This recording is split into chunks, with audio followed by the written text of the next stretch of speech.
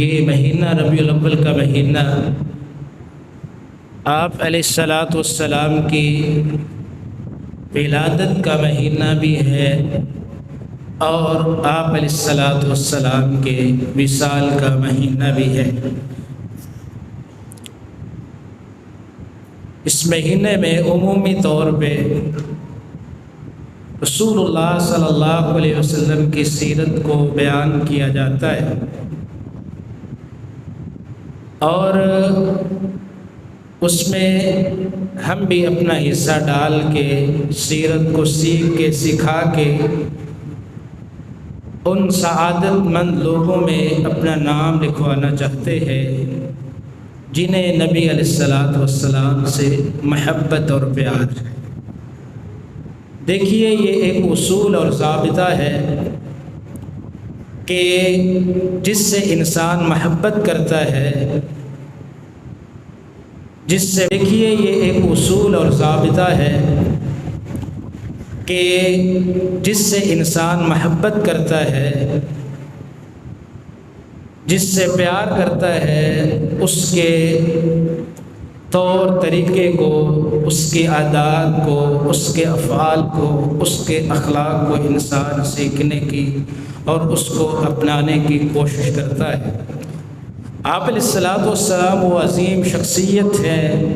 جن کے بارے میں باری تعالیٰ نے قرآن مجید میں اس بات کو بیان کیا کہ لَقَدْ كَانَ لَكُمْ فِي رَسُولِ اللَّهِ أُسْوَةٌ حَسَنَةٌ، کہ رسول اللہ صلی اللہ علیہ وسلم کی زندگی تمہارے لیے بہترین نمونہ ہے۔ پچھلے جمعے ہم نے آپ علیہ الصلاۃ والسلام کے حلیے کو سیکھنے کی کوشش کی تھی کہ آپ علیہ الصلاۃ والسلام کا چہرہ مبارک کیسا خوبصورت تھا، آپ علیہ الصلاۃ والسلام کی رنگت کیسی تھی، آپ علیہ الصلاۃ والسلام کا چہرہ کیسا تھا، سینہ کیسا تھا، آپ علیہ الصلاۃ والسلام چلتے کیسے تھے، آپ علیہ الصلاۃ والسلام کے ہاتھ کیسے تھے، آپ علیہ الصلاۃ والسلام کے قدم مبارک کیسے تھے۔ تو اس کو سیکھنے کی ہم نے کوشش کی تھی اور آج سے انشاءاللہ ہم آپ علیہ الصلاۃ والسلام کی سیرت کو پیدائش سے انشاءاللہ سیکھنے کی کوشش کریں گے۔ میں پیدائش سے پہلے آپ علیہ الصلاۃ والسلام کے خاندان کا تھوڑا سا تعارف آپ کے سامنے رکھنا چاہوں گا۔ آپ علیہ الصلاۃ والسلام کے جد اعلیٰ ہاشم ہے، جن کے نام پہ آپ علیہ الصلاۃ والسلام کے خانوادہ کی نسبت ہاشمی جو ہے وہ رکھی گئی ہے اور اس وجہ سے آپ علیہ الصلاۃ والسلام کو ہاشمی کہا جاتا ہے۔ یہ ہاشم آپ علیہ الصلاۃ والسلام کے جد اعلیٰ ہے۔ یہ عبد مناف کی اولاد میں ہاشم پہلے شخص ہے جنہوں نے مکہ مکرمہ میں حاجیوں کے لیے سقایا اور رفادہ کا کام شروع کیا، اس کی ابتدا کی۔ سقایا کا مطلب ہوتا ہے حاجیوں کو پانی پلانا، زمزم پلانا، اور رفادہ کا مطلب یہ تھا کہ روٹیوں کے ٹکڑے کر کر کے انہیں شوربے میں ڈبو کے حاجیوں کو پیش کرنا۔ یہ جو حاجیوں کی خدمت کا شرف ہے، سب سے پہلے آپ علیہ الصلاۃ والسلام کے جد امجد جو ہے وہ ہاشم کو حاصل ہوا۔ ہاشم کا اصل نام عمر تھا، لیکن انہیں ہاشم اس لیے کہا جاتا تھا کیونکہ ہاشم کا مطلب ہوتا ہے توڑنے والا، ٹکڑے کرنے والا۔ تو یہ روٹیوں کے ٹکڑے کر کر کے سالن کے اندر ڈبو کے حاجیوں کو پیش کرتے تھے، تو اس لیے عمر کو ہاشم کے نام سے پکارا جانے لگا۔ اور ہاشم ہی وہ پہلی شخصیت ہے جنہوں نے قریش کے لیے 2 تجارتی سفر جو ہے ان کی بنیاد رکھی، جس کو اللہ تعالیٰ نے سورہ قریش کے اندر بیان کیا ہے۔ لِإِيلَافِ قُرَيْشٍ إِيلَافِهِمْ رِحْلَةَ الشِّتَاءِ وَالصَّيْفِ، یہ شتاء سردی کو کہا جاتا ہے، اور صیف جو ہے گرمی کو کہا جاتا ہے، تو یہ سردی اور گرمی کے جو تجارتی قافلے تھے ان کی بنیاد رکھنے والے یہی ہاشم تھے جو آپ علیہ الصلاۃ والسلام کے جد اعلیٰ ہیں۔ یہ تجارت کے لیے شام تشریف لے کے جایا کرتے تھے، تاجر تھے، اور ایک دفعہ ایسے ہی ہوا کہ یہ شام جا رہے تھے مدینے کے راستے سے، انہوں نے مدینے کے اندر پڑاؤ کیا۔ رسول اللہ صلی اللہ علیہ وسلم کا مسکن اور ہجرت کی جگہ اللہ رب العالمین نے ویسے ہی مدینہ نہیں بنائی، آپ علیہ الصلاۃ والسلام کی اس سے پہلے نسبت ہے، اور وہ نسبت آپ علیہ الصلاۃ والسلام کے جد امجد کے ساتھ ہے کہ یہ شام کی طرف جا رہے تھے تجارت کے لیے۔ انہوں نے مدینہ منورہ کے اندر پڑاؤ کیا، اور وہاں پہ بنی نجار کی ایک عورت تھی جس کا نام تھا سلمہ بنت عمر، اس سے یہ ہاشم نے شادی کی۔ کچھ دیر مدینہ میں انہوں نے قیام کیا، اور قیام کرنے کے بعد اپنی بیوی کو مدینہ کے اندر ہی چھوڑا اور خود شام تشریف لے گئے۔ جب یہ شام کے اندر پہنچے تو ہاشم کا وہاں پہ جا کے انتقال ہو گیا۔ جب ان کا انتقال ہوا، جس خاتون سے انہوں نے شادی کی تھی تو وہ حاملہ ہوئی، اور ان کے بطن سے ایک بچہ پیدا ہوا، اور جب وہ بچہ پیدا ہوا فطری طور پہ جب وہ پیدا ہوا پیدائشی طور پہ اس بچے کے بال سفید تھے، تو اس کے بالوں کی سفیدی کی وجہ سے اس بچے کا نام شیبہ رکھا گیا۔ شیبہ عربی زبان کے اندر بوڑھے کو کہتے ہیں، جس کے بال سفید ہو جائیں اسے شیبہ کہا جاتا ہے۔ تو ہاشم جس عورت کے ساتھ شادی کر کے گئے تھے مدینہ کے اندر، اس عورت کے بطن سے بچہ پیدا ہوا جس بچے کا نام شیبہ رکھا گیا۔ لیکن اصل کے اندر یہ مکہ کے رہنے والے تھے، مکہ کے اندر یہ بات معلوم نہیں تھی کہ ہاشم نے مدینہ کے اندر شادی کی ہے اور ان کا ایک بیٹا بھی پیدا ہوا ہے۔ لیکن ہوا یوں کہ جب یہ بچہ شیبہ، اس کی عمر 10 سے 12 سال ہوئی، تو مکہ کے اندر جو ڈیوٹی پہلے ہاشم ادا کیا کرتے تھے، حاجیوں کو پانی پلانے کی، ستو پلانے کی اور کھانا کھلانے کی، تو وہ ذمہ داری ان کے بھائی کے کندھوں پر آ گئی، اور ان کا نام تھا مطلب، جن کے نام پہ ان کا نام جو ہے آپ علیہ الصلاۃ والسلام کے دادے کا نام عبد المطلب پڑا ہے۔ تو یہ ہاشم کے بھائی تھے۔ انہیں پتہ چلا کہ میرا ایک بھتیجا، میرے بھائی کا بیٹا مدینہ کے اندر موجود ہے۔ انہوں نے مدینہ کی طرف جو ہے سفر کیا، اور مدینہ کے اندر جب پہنچے دیکھا کہ ان کا بھتیجا بیر کھیل رہا ہے۔ اس کو دیکھ کے ان کی آنکھوں سے آنسو جاری ہو گئے، اور اپنے پیچھے سواری کے اوپر سوار کر لیا اور کہا کہ ہم اب مکہ جائیں گے۔ اس بچے نے رونا شروع کر دیا اور کہا جب تک میری والدہ اجازت نہیں دے گی میں اپنی والدہ کی اجازت کے بغیر آپ کے ساتھ نہیں جا سکتا۔ یہ مطلب شیبہ کی والدہ کے پاس گئے، ریکویسٹ کی، یہ میرا بھتیجا ہے، میرے بھائی ہاشم کے بیٹا ہے، اس کو میرے پاس روانہ کر دیں۔ ماں نے کہا نہیں، میں اپنے بیٹے کو اپنے آپ سے جدا نہیں کر سکتی، میں اپنے بیٹے کو اکیلا نہیں چھوڑ سکتی۔ لیکن مطلب نے یہ کہا اس نے جا کے اپنے والد کی ذمہ داریاں سنبھالنی ہیں، جو اسے سرداری اس کے والد کو حاصل ہوئی تھی، یہ سرداری اس کو مل جائے گی۔ جب یہ بات اس کی والدہ نے کی تو چچا نے کی تو والدہ جو ہے وہ روانہ کرنے کے اوپر تیار ہو گئی۔ انہوں نے اپنے آگے اپنے بھتیجے کو بٹھایا اور مکہ کی طرف روانہ ہو گئے۔ جب یہ مکہ کے اندر پہنچ رہے تھے، لوگوں نے دیکھا مطلب کے ساتھ ایک بچہ ہے، تو انہوں نے دیکھتے ہی کہہ دیا ہذا عبد المطلب۔ بچے کا نام شیبہ تھا جو ماں نے رکھا، لیکن لوگوں نے سمجھا کہ مطلب کوئی اپنا غلام خرید کے لا رہا ہے، اور عبد عربی زبان کے اندر غلام کو کہا جاتا ہے۔ انہوں نے دیکھا کہ اس بچے کو اس نے آگے بٹھایا ہے، لوگوں نے دیکھتے ہی کہہ دیا ہذا عبد المطلب، یہ مطلب کا غلام ہے، تو وہاں سے شیبہ کا نام عبد المطلب پڑ گیا، جو رسول اللہ صلی اللہ علیہ وسلم کے دادا ہیں۔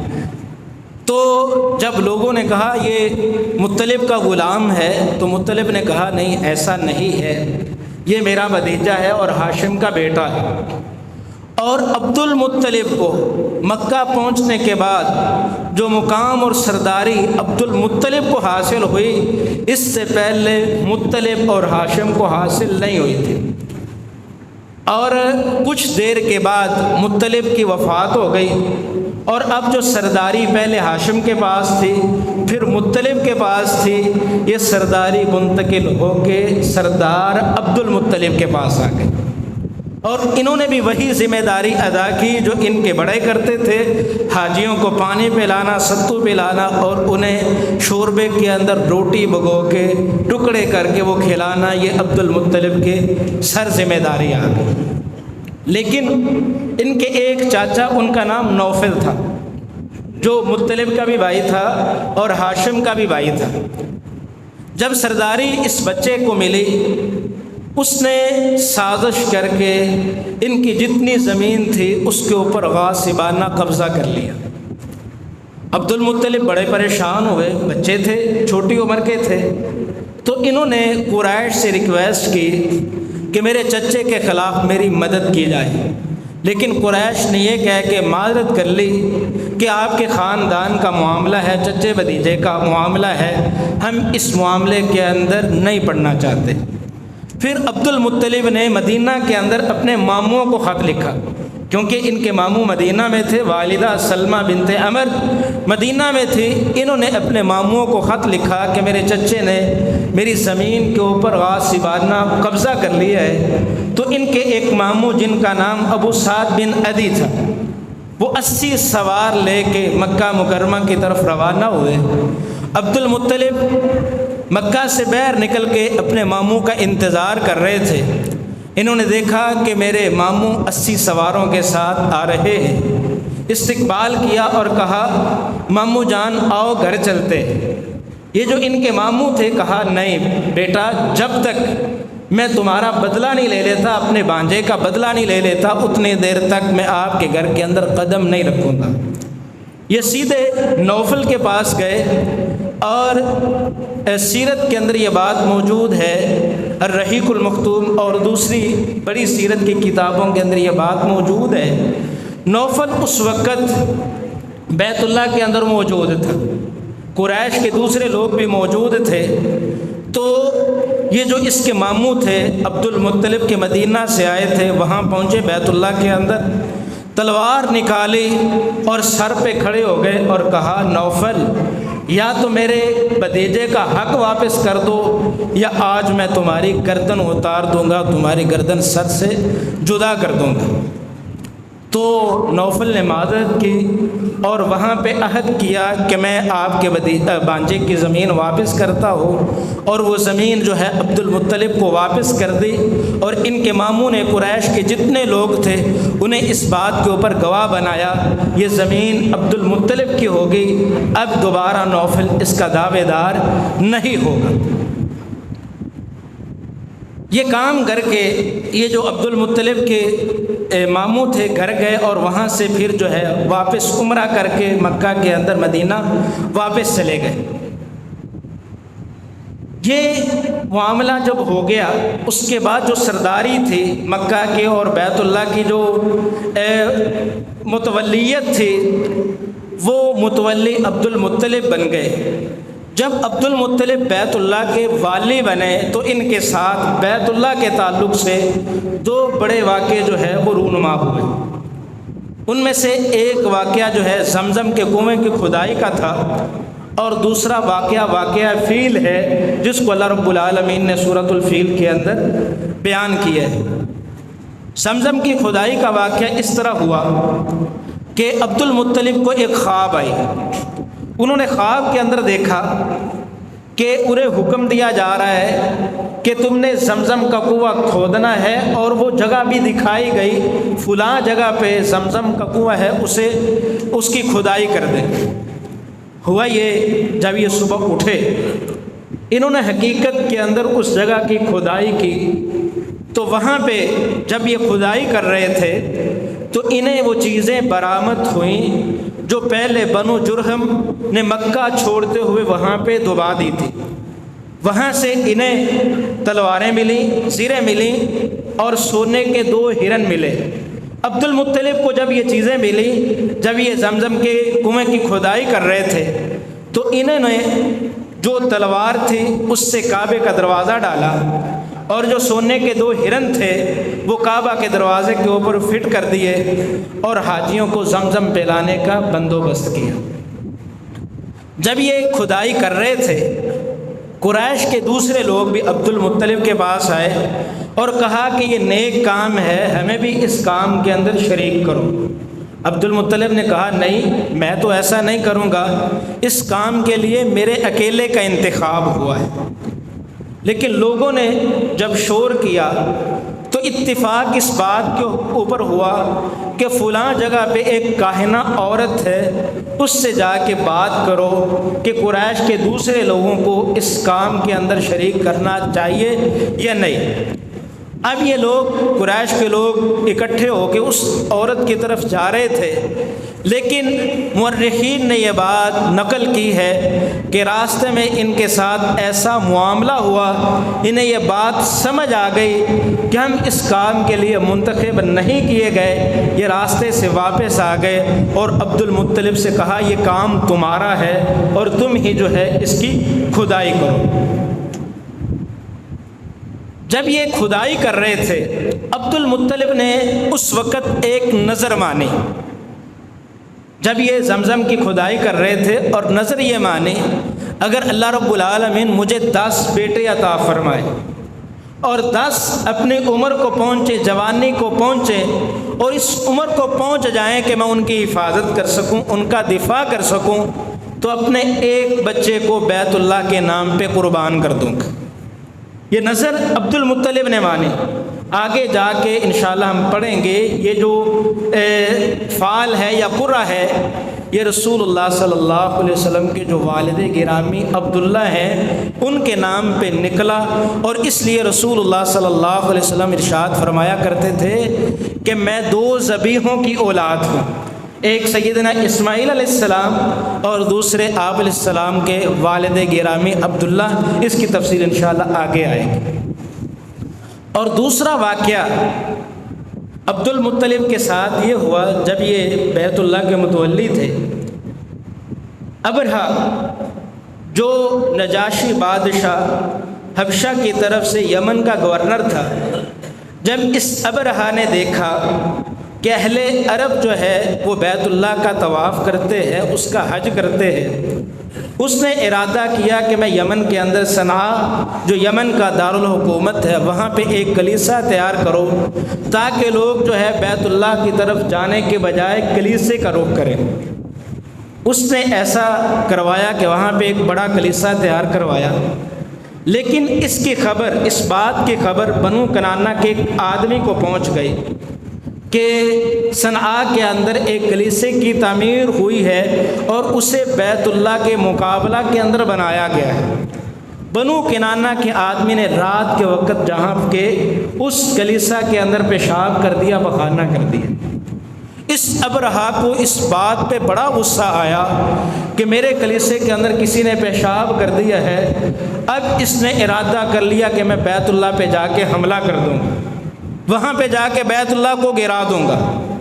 اس نے اپنا ایک لشکر تیار کیا اور 60,000 لوگ اس کے لشکر کے اندر موجود تھے، اور تاریخ کے اندر یہ بات موجود ہے، یہ 60,000 کا لشکر لے کے کعبہ کو گرانے کے لیے، ڈھانے کے لیے وہاں سے نکل پڑا، اور اس کے ساتھ 9 یا 13 ہاتھی تھے، اور اس نے اپنا ایک ہاتھی الگ سے تیار کروایا اور اس پہ جو ہے بیٹھ کے اور اپنے لشکر کو لے کے بیت اللہ کی طرف، مکہ مکرمہ کی طرف روانہ ہو گیا۔ جب یہ مینا اور مزدلفہ کے درمیان ایک وادی ہے، اسے وادی محصر کہا جاتا ہے۔ جب یہ وہاں پہ پہنچا تو وہاں پہ اس کے ہاتھی بیٹھ گئے۔ قافلہ آگے چلنے کے لیے تیار نہیں ہوا۔ جب ہاتھیوں کا اور قافلے کا جو رخ ہے دائیں یا بائیں جانب کیا جاتا، ہاتھیوں کو اس طرف موڑا جاتا، ہاتھی چلنا شروع ہو جاتے، لیکن جیسے ہی ان کا رخ بیت اللہ کی طرف کیا جاتا ہاتھی بیٹھ جاتے، آگے چلنے کے لیے تیار نہیں ہوتے۔ یہ وہاں پہ ہی موجود تھا، اس کا قافلہ وہاں پہ موجود تھا۔ وہاں پہ اللہ رب العالمین نے ابابیل چھوٹے پرندوں کو حکم دیا، انہوں نے کنکر لیے، اور تاریخ کے اندر یہ لکھا ہے ہر ابابیل پرندہ جو ہے 3 کنکر لے کے آتا، ایک اپنے چونچ کے اندر اور 2 جو ہے وہ جو ان کی ٹانگیں تھی ان کے اندر لے کے آتا، اور اس قافلے کے اوپر جو ہے جو بیت اللہ کو گرانے کے لیے آیا تھا ان کے اوپر گرانا شروع کر دیے۔ دیکھنے کو یہ کنکر تھے، لیکن یہ کنکر ایٹم بم کا کام کر رہے تھے وہاں پہ، اور یہ کنکر جس آدمی کو لگتا، تاریخ کے اندر یہ بات موجود ہے، اس کا جسم پھٹنا شروع ہو جاتا، اس کے اعضاء اس کے جسم سے جدا ہونا شروع ہو جاتے، اور یہ وہاں پہ ہی موجود تھا اور آیا تھا بیت اللہ کو گرانے کے لیے۔ اللہ رب العالمین نے اس کے پورے قافلے کو وہاں پہ تباہ و برباد کر دیا، جس کو اللہ رب العالمین نے قرآن مجید میں اس طرح بیان کیا، الم تر کیف فعل ربک باصحاب الفیل، کیا آپ نے نہیں دیکھا کہ آپ کے رب نے ہاتھیوں والوں کا کیا حال کیا، الم یجعل کیدہم فی تضلیل، اللہ فرماتے ہیں کیا اللہ رب العالمین نے ان کے مکر کو ناکام اور نامراد نہیں کیا، وارسل علیہم طیرا ابابیل، اللہ رب العالمین نے ان کے اوپر ابابیل پرندوں کو بھجوایا، ترمیہم بحجارۃ من سجیل، اللہ فرماتے ہیں وہ پرندے ان کے اوپر نوکدار پتھر پھینک رہے تھے، فجعلہم کعصف مأکول، اور اللہ رب العالمین نے ان کنکریوں کی وجہ سے ان ہاتھیوں والوں کا حال اس طرح کیا جس طرح کھایا ہوا بوسا ہوتا ہے، چارہ ہوتا ہے، جس طرح اس کی کوئی وقت نہیں ہوتی۔ اللہ رب العالمین نے اس پورے لشکر کو وہاں پہ تباہ و برباد کر دیا۔ ابرہا نے پیچھے بھاگنا شروع کر دیا، دوڑ لگا دی، اور تاریخ کے اندر یہ بات موجود ہے، یہ صنعاء پہنچتے پہنچتے اس کے پورے گر گئے، جس طرح ایک چوزا کمزور ہو جاتا ہے اس کی حالت چوزے جیسی ہو گئی، اور یہ بیت اللہ کو ذرہ برابر بھی نقصان نہیں پہنچا سکا، اور اس کے بعد اس کا سینہ پھٹ گیا، دل بہر آ گیا، اور یہ تباہ و برباد ہو گیا۔ اور یہ جو واقعہ فیل ہوا ہے، تاریخ کے اندر یہ بات موجود ہے، یہ رسول اللہ صلی اللہ علیہ وسلم کی ولادت سے 50 یا 55 دن پہلے کا ہے، اس لیے آپ علیہ الصلوۃ والسلام کی جو ولادت بیان کی جاتی ہے تو اس کے اندر یہ بات ذکر کی جاتی ہے کہ آپ علیہ الصلوۃ والسلام ربیع الاول کے مہینے میں عام الفیل کو پیدا ہوئے۔ عام الفیل سے مراد یہ ہے ہاتھیوں والا سال، اس سال آپ علیہ الصلوۃ والسلام کی ولادت ہوئی، جس دن ہاتھیوں والا لشکر آیا تھا اور اللہ رب العالمین نے اس لشکر کو تباہ و برباد کیا۔ تو اس واقعے کے 50 یا 55 دن کے بعد آپ علیہ الصلوۃ والسلام کی ولادت ہوئی۔ دیکھنے کو یہ ایک واقعہ تھا، لیکن یہ اس چیز کی پیشین گوئی تھی اللہ رب العالمین کی طرف سے کہ ان قریب اس مکہ کے اندر ایک بچے کی پیدائش ہونے والی ہے، جو بچہ بڑا برکتوں والا ہوگا،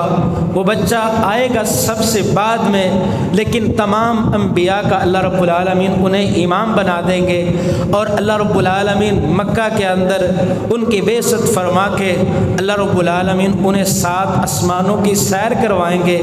یہ رسول اللہ صلی اللہ علیہ وسلم کی پیدائش سے پہلے یہ ایک آپ علیہ الصلوۃ والسلام کی ولادت کا پیش خیمہ تھا، لوگوں کو متنبہ کرنا تھا۔ کہ ان قریب مکہ کے اندر ایک بچے کی پیدائش ہونے والی ہے، اس کے بعد آپ علیہ الصلوۃ والسلام کی پیدائش کیسے ہوئی اور اس کے آگے کیا واقعات ہوئے، انشاءاللہ یہاں سے ہم اگلے جمعے اس بات کو جاری و ساری رکھیں گے۔ اللہ رب العالمین سے دعا ہے کہ اللہ تعالی ہمیں رسول اللہ صلی اللہ علیہ وسلم کی سیرت کو سمجھنے کی، اپنانے کی، آپ علیہ الصلوۃ والسلام کی سیرت کو سمجھ کے اس پہ اللہ ہمیں عمل کرنے کی توفیق عطا فرمائے۔ وما علیہ الا البلاغ۔